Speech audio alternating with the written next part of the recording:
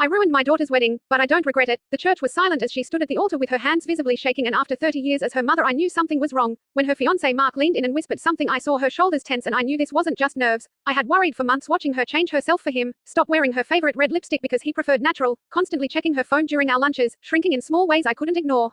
When the minister asked if anyone had objections I stayed seated, but when the vows began and Mark delivered his perfectly rehearsed speech everything felt staged. Then my daughter pulled out a paper to read hers and Mark grabbed her wrist and muttered loud enough for the front row to hear, "Use the ones we practiced." That was the moment I stood up and said my daughter has something to say. His face darkened and he snapped, "Sit down, this is our wedding, Mum, it's okay." But her voice was small and her eyes were not okay. I walked to the altar and stood beside her and said, "No, it's not okay." Whispers filled the church as Mark tightened his grip and said, "We're getting married now." And in that instant she finally saw the control for what it was, the man she was about to marry. We walked out together leaving stunned guests behind. In the car she broke down apologizing for the money and the embarrassment, and I told her I would ruin 100 weddings to save her from one bad marriage.